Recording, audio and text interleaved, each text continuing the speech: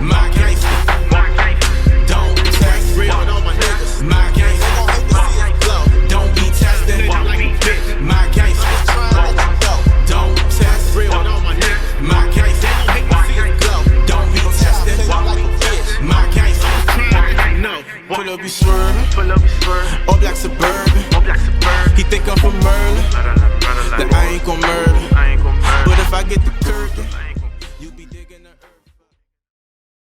Hey guys, welcome back to Miniskirt Knows Many Things, and I'm actually very excited about this week's episode. I am doing my first movie review on a documentary that's called Basketball County in the Water. And so, to my constituents, this is a very special project to me, and it highlights why Prince George's County has become the basketball mecca in this country. So it is my responsibility to add my 2 cents to the conversation.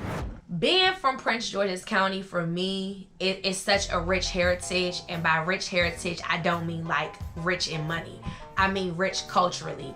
It's so many people whose family comes from different backgrounds, different ethnicities, and different cultures that have all migrated to PG County. For people who grew up in my generation especially, we're so privileged to have been able to pull inspiration and just to be able to pull from so many different resources and people. I feel full, you know, just to be able to say I'm born and raised in Prince George's County. In the Water is just a huge celebration for everybody. When I look into the documentary, I see myself. I went to 2 high schools with dominating sports. I went to Friendly High School in Fort Washington, and I went to Wise High School in Upper Marlboro. Both basketball and football were national state champions when I was in high school. When you talk about just a place about sports, PG County should have sports mecca. We're gonna cross our forehead. Because of the impact of sports, if anybody who knows me, like before I got into,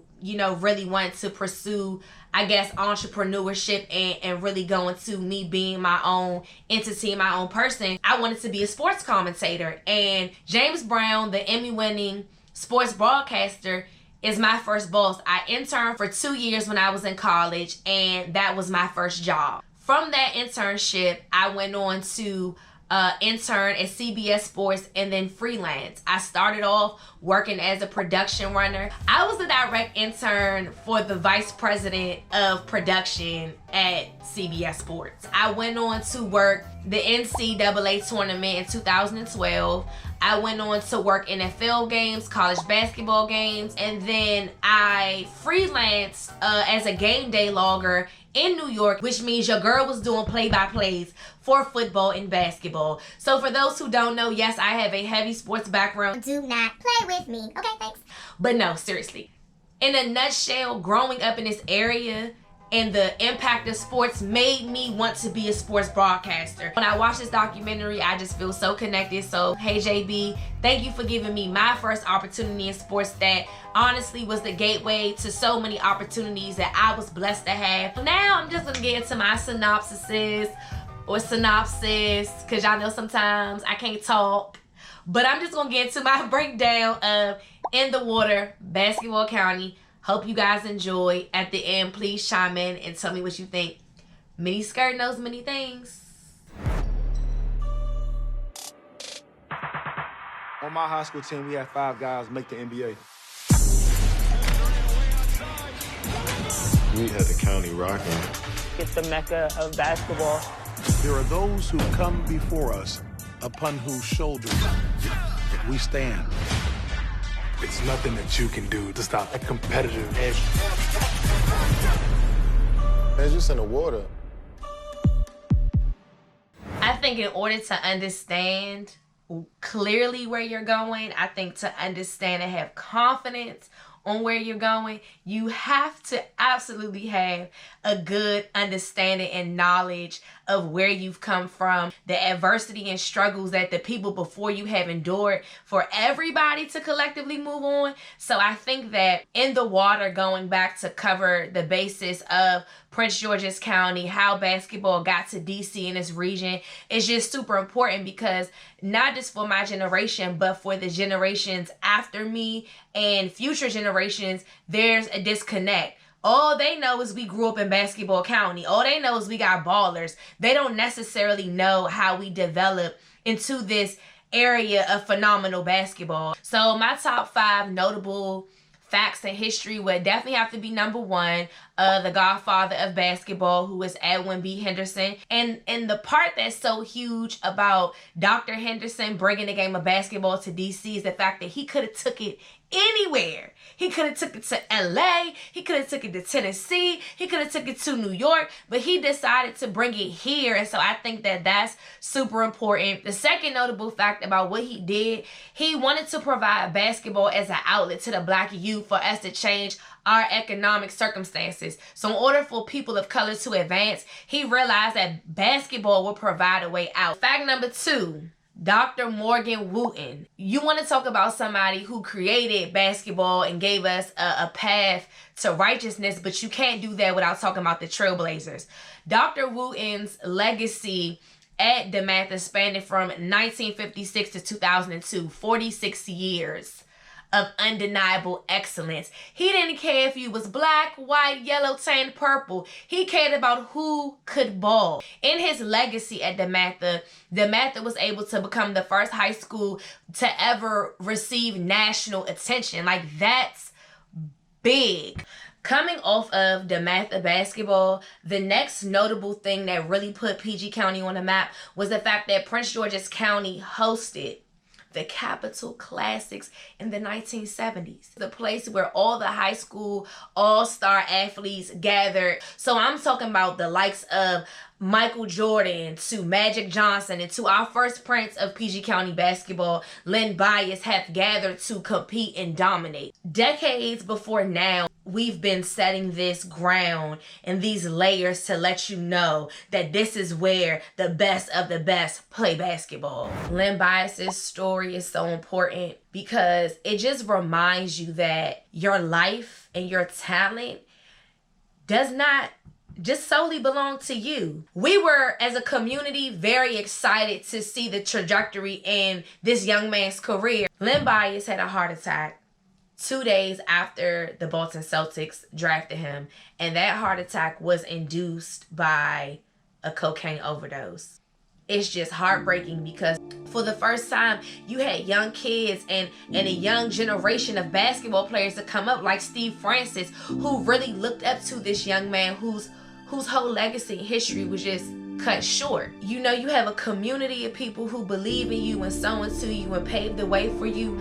Your wins, your losses, everything that you endure into victory doesn't just belong to you, it's for everybody. So his life and like the rise and fall just kind of showed me through a different lens that, like, wow, your life really don't belong to you. It was just so many people that needed him. For basketball players, I mean, and for anybody with a dream that's talented, when you really believe in something and you going after it and your family depend on you and your community depend on you, you gotta make the right decisions. I'm glad that the documentary was super transparent about telling his story. I think that telling the truth and honoring him at the same time was honestly the best thing. Because of the disruption that drugs cause to our community, it caused parents to find better ways to keep our youth safe. That means keeping kids off the street and where you can see them. Can I see Lil James? No. If he outside, I can't see what he doing. Lil James and Lil Ricky walking home from the court, I can't see what they doing. So then basketball moved indoors, and thus now we have rec ball. Now we have the Boys and Girls Club, and I can relate because this is what my era. My parents moved to this area relocating from Dallas. I probably in like 88, 89. I was born in 91. I grew up in Boys and Girls Club. I mean, Peppermill, Silver Hill, KLM, like rec ball and Boys and Girls Club is where everybody met, is where the community of kids met. It really makes me just, you know, feel warm and fuzzy on the inside because I can relate to the experiences. And then after Girls and Boys Club came AAU Sports, came Run and Shoot. I don't know nobody especially in the southern Prince George's County area, that has not touched run and shoot. I used to live in what now they call District Heights with Suitland and Forestville. Run and shoot was my backyard. Like, my first boyfriend and his friends all played at run and shoot. All of us used to be at run and shoot. So when a documentary talks about staple locations, that's the shit we can all relate to. We was all there. And honestly, I miss that childhood, because when we talk about social media and everything, this was a time period where your parents used to drop you off and pick you up. Like, you used to have to go smack at the girl you saw run and shoot, or you'd be like, damn, this girl came and run and shoot last Saturday. Hope she come in there again. Or even when it comes to competition, your friends in there or people pulling up, nobody wanted to lose a game and run and shoot. You talking about like not 5 to 10 to 15 kids. We talking about hundreds of kids. Growing up in the late 90s and early 2000s is when you really seen basketball pull the entire community together. Going to games on the weekends, or your friends playing for different teams. In high school, one of my best friends, who was James Stewart, everybody knows is Johnny, you know what I'm saying? Rest in power to him. But in high school, I used to be at DC Assault games faithfully. No, I didn't personally play basketball. No, I wasn't a hooper, but basketball was pretty much life for everybody. It's what we did. We went to games. We showed out. These was our brothers. The same way they put us on their back, we put them on our back. And even till this day, I have bonds with people that I met in Boys and Girls Club, that I met from run and shoot games. Like, and like I said, so many niggas ball now, even down to the fact that your friends or your homegirls or whoever used to date the players, now we dating the coaches. It's like this area is super small, super connected. So ball is life for real, transcends to everybody. My favorite part about the documentary is just highlighting the adversity that we've had to overcome with Quinn. He lost his dad, I lost my dad, Nolan lost his dad. These are things I can relate to. Having this community and tribe to kind of see you through the difficult times, to help you really blossom into the person you're supposed to be. Adversity is a part of everybody's story. I don't care where you from, who you are, what city. That's something we all can relate to. Nobody is exempt from going through adversity in their life. So to just see these different stories of adversity and how these men have had to overcome to play the best game of their life, by far is inspirational. And like Quinn said, don't let nobody tell you you can't do it. You gotta believe in yourself. That fundamental level of adversity and self-belief transcends to every individual with a dream. And the other part that really stands out to me is the sacrifices that you've seen the families make for these young men. Of course, when Kevin Durant got MVP, that was a tearjerker. When he told his mom she was an MVP, all the countless nights when you gave to us and you might have been hungry, but you made sure we ate and never complained. When Victor Oladipo talked about how his mom will work all day, wait till he got out of practice, get a 4-hour nap, and then go to work. When he talked about the women in his family making all these sacrifices so that he could pursue his dreams, that's what matters to people like me. We're not here by anything that we've done. We're here because of praying mothers, praying grandmothers, praying aunts, a community that has wrapped their hands around us. You gotta give your hats off today. You have to. It's no way around it. Not only for our community, but I think for communities across this nation and across the globe, those things that you have to overcome that really make you earn your stripes is really what resonates with people the most. Okay, so this one I really gotta take. I gotta take my my mini skirt hat and kind of like put it to the side. And I want to be politically correct, and I want to be very respectful, because I don't mean no harm, y'all. Most people who are your average television movie watcher, by the end of In the Water, everybody wanted more, and an hour just wasn't enough. As a person who works in this industry and works in television, it's a couple of things that I just want people to kind of understand, to give a different sense of humility. Showtime cut the checks. Showtime gave the executive producers and the people who brought this show to life an hour. An hour. Keep in mind, an hour is just a start. That 1 hour laid the foundation for us to be able to do bigger and better things. I don't know if any of you ever produced a documentary, but for those who have not, you have hours and hours and hours of content and B-roll and interviews that you grow to become attached to when you are creating a body of work. But for the sake of a vision and an objective, editing happens. Things have to get edited. You can't please everybody, but it's about telling the story, being as efficient, as accurate as possible, and not compromising the content. I really want this area to just understand. We spend too much time being divisive. We spend too much time being self-critical. It's either time to support or shut the fuck up. At the end of the day, it's a start. I'm so excited to see the various stories that will happen and unfold as a result of this one seed that was sown. I'm pretty sure we're gonna get those stories that a lot of us want to see, or to highlight some of the people that some feel like we're skipped over.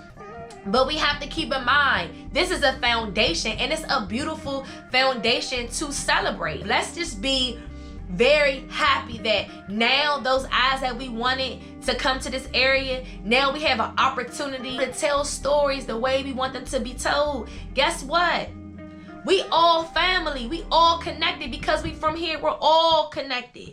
We got the same stories, the same adversities to overcome. And guess what, y'all? We got the same superpower. Can't nobody tell our stories like we can, and don't nobody know us like us. I just want to take this time to really give my hats off personally to my friend Jimmy Jenkins. I'm just super, super proud of you again for doing the work, again, showing up for your people, and just being selfless. When I mean selfless, I mean the entire team. You know, thank you to Katie, thank you to your production company, thank you to everybody that got behind something that they believed in to do something collectively for PG County. We needed it, it's long overdue. From the bottom of my heart, if don't nobody else say thank you. This a little black girl from PG County, notably a Southern Prince George's County belle, and from the bottom of my heart, I'm saying thank you, because I'm just so excited for what's to come, what is going to be emerging from here. Like, I'm just like, what more do you want me to say? I'm excited. So you guys stay tuned. Live from Prince George's County, it's your girl Miniskirt Myrt, and it's Miniskirt Knows Many Things, each and every Monday, each and every week, coming back at you with new content. And we out.